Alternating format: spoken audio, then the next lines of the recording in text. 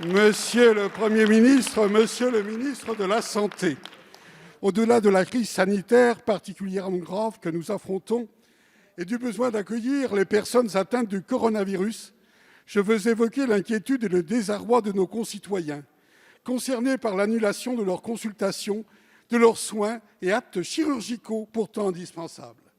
Déjà en 2020, cette déprogrammation a touché l'ensemble du territoire. Elle s'élève actuellement jusqu'à 80% dans certains hôpitaux, tant il devient impératif d'accroître le nombre de lits et de soignants, dont je salue l'engagement, au profit des malades Covid, plus spécialement ceux en réanimation. Nous mesurons les conséquences quand une opération est reportée, une greffe annulée, un diagnostic devenu impossible. Selon des projections, les retards de prise en charge des patients atteints du cancer pourraient entraîner plusieurs milliers de décès supplémentaires dans les années à venir. 100 000 dépistages n'ont pu être effectués l'année dernière et plus d'1 millier de greffes n'ont pas eu lieu en 2020. Combien cette année? 2021 s'annonce à nouveau dramatique en termes de perte de chance pour nos malades. Aggravation des symptômes, déprime, anxiété, entre sentiment d'abandon et impact sur leur santé. Ces malades sont les victimes collatérales de la crise sanitaire. Nous ne pouvons faire un pari sur la santé de certains pour soigner celle des autres.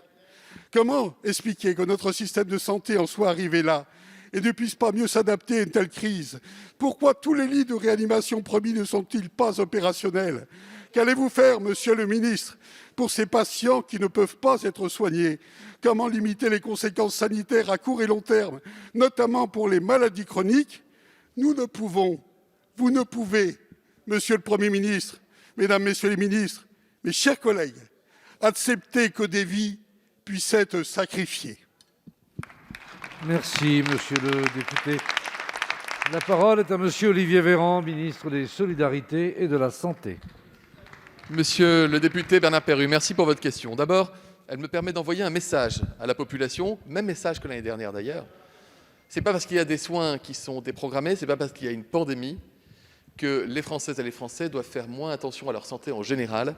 Et notamment, je parle là du dépistage de cancer qui ne relève pas de soins déprogrammés et dont on voit pourtant qu'il y a un recul depuis plusieurs mois, qui est un recul qui est inquiétant. Une mammographie, un dépistage du cancer colorectal, le dépistage des infections sexuellement transmissibles sont des indicateurs que nous surveillons particulièrement et qui sont des conséquences indirectes de la crise sanitaire qui peut régner. Par ailleurs, vous soulignez à juste titre que la déprogrammation de soins peut avoir des conséquences sur la santé des Français.